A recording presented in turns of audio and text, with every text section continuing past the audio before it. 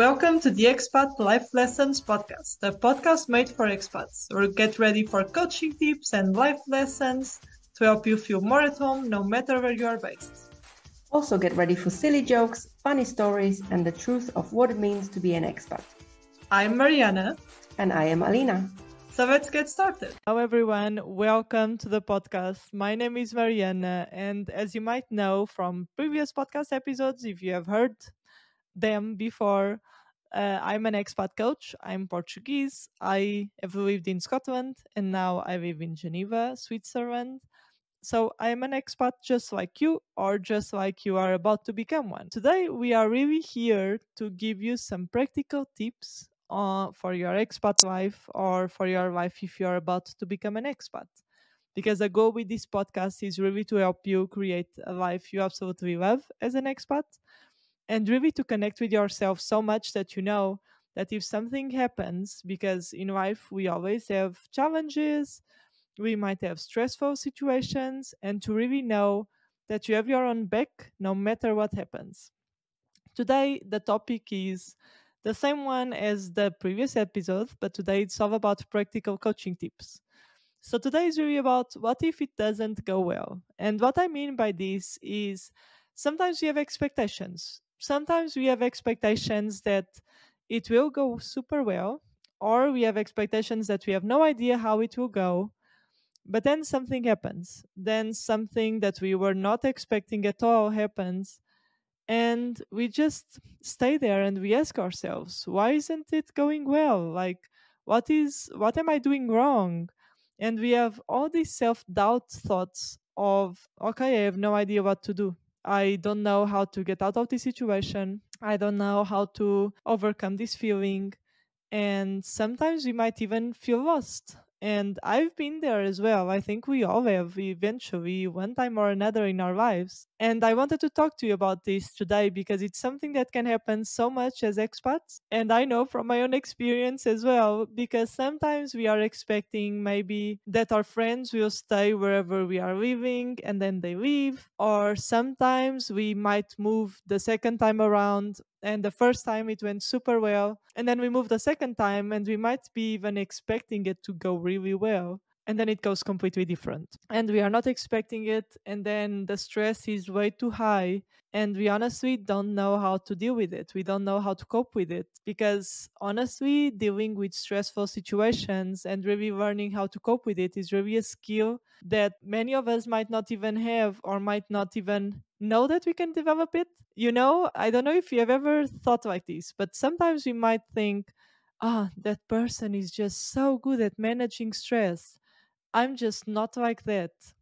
And then that's what it's called, a fixed mindset. That's really like, I'm like this or I'm like that, and there is nothing I can do to change it. But the thing is that if we are really stressed, if we don't know what to do, we can always build that skill. Many times other people it might be easier for them, or they might have other skills that they don't even realize they do.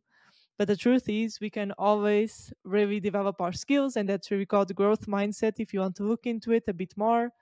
But it's really like, okay, if so far it has been hard for you to do something, maybe the more that you try, the more that you learn about it, the more that you can develop the skill, and the more that you can really grow whatever you want to grow, and grow whatever skill you want in your life. And why am I saying this? Because sometimes we think that we can't develop any skill, and it's just like it's just as it is. Like nothing will change, and it's just, I don't know what to do, and that's it. And one thing I really want to encourage you, if you're feeling like this right now, to really step out of it, and it's just not, just do it. I'm really against that, because sometimes, yes, we need a little bit of a push to do something, but sometimes the first thing we need to do is to be compassionate with ourselves. So if you're feeling this right now, you might have heard me say in other podcast episodes, but it's just because I really believe in it. And I think it's the first step. It's really to regulate ourselves. So if right now you're feeling overwhelmed by everything that's going on, send me a message on Instagram, because I have some breathing exercises that could help you and some YouTube videos that could help you. But right now, let's do something together. So, right now, I would invite you to really close your eyes and to put your hand up, one of your hands, and then the other one will go up and down on your fingers. And when it goes up, you take a breathe in. And when it goes down on your finger, you take a breathe out.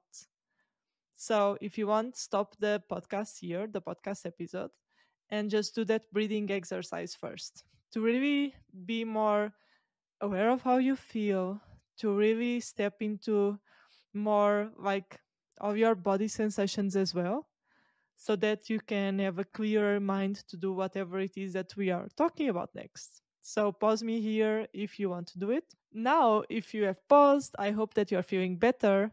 And now, one thing that I wanted to really talk to you about is really like future self thinking. So, what I mean by this, to connect more with how you want your life to be like.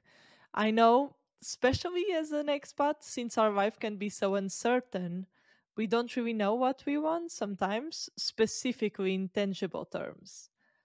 But one thing I will guess is that you know how you want to feel in your life. So just think about your life right now and think about how you like your life to be like in the future. How would you want to feel like?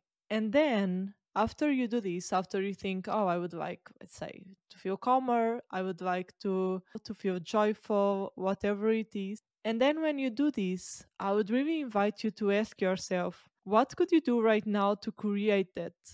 Because sometimes, especially when something is not going well right now, it's so easy to fixate on it. It's so easy to just go over it, to ruminate on it, and just to go on a loop on it. So what I mean by a loop is really like you just think about it over and over and over again. So one thing that you can do to really step out of this cycle of thoughts is really to ask yourself, how would you like to feel like? And what would be one thing that you could do to create it? Because sometimes when we are really overwhelmed and when things are not going well, we tend to stop. We tend to go into our comfort zone. We tend to watch TV. We tend to scroll on social media because in reality, that relaxes us. That's the reality. But one thing it doesn't do is help us create a new reality, and we end up getting stuck in the feeling that we are having right now. So, really, when you know how you want to feel in the future, what could you do right now to start creating that? And one thing I really wanted to point out here is there is a very big difference in feeling helpless right now and not really knowing what to do, and there's a very big difference in really being hopeful about the future. Because the truth is, we will never know how the future will be. Like, we have no control over the outcome, over when things happen, and so on. But the more intentional that we are in our lives, the more that we know, like, what we want, the more that we can take the steps to create it. So I really wanted to talk to you about this today. And even one last thing is really whenever you start taking action, whenever you start taking the steps to create that feeling that you want in your life, to really think about what obstacles could that there be in my way? And how could I overcome them? You know, sometimes we think about challenges as something stressful, as something we don't know what to do, something overwhelming. But sometimes I would ask, like, one last question I would ask you is really, what if you saw that challenge as an opportunity? What if you saw that challenge as an opportunity to grow, as an opportunity to know more about yourself, as an opportunity to connect deeper with everything that you are feeling, and even as an opportunity to ask for help if you are going through something that you really have no idea how to get out of? Be that with a therapist, be that with a coach, and if you want a coach, reach out. But it's really like I always see challenge, even when I'm feeling really low, as an opportunity in reality. Even if it feels like crap right now, I would still see it as an opportunity to really understand more, like, what do I even want in my life? What don't I want? What do I even want to feel like? And how can I love myself more? How can I be more connected with myself? So that's what I had for this podcast today. I hope that's really helpful. And I would love to hear from you actually, because I love to hear what you think about the podcast episode, if it's helpful, if it's not, if you have any questions, whatever it might be that you have a comment on. So if you have anything to say, send me a message on Instagram. My account will be on the show notes, so just reach out. And thank you for tuning in. See you on the next episode.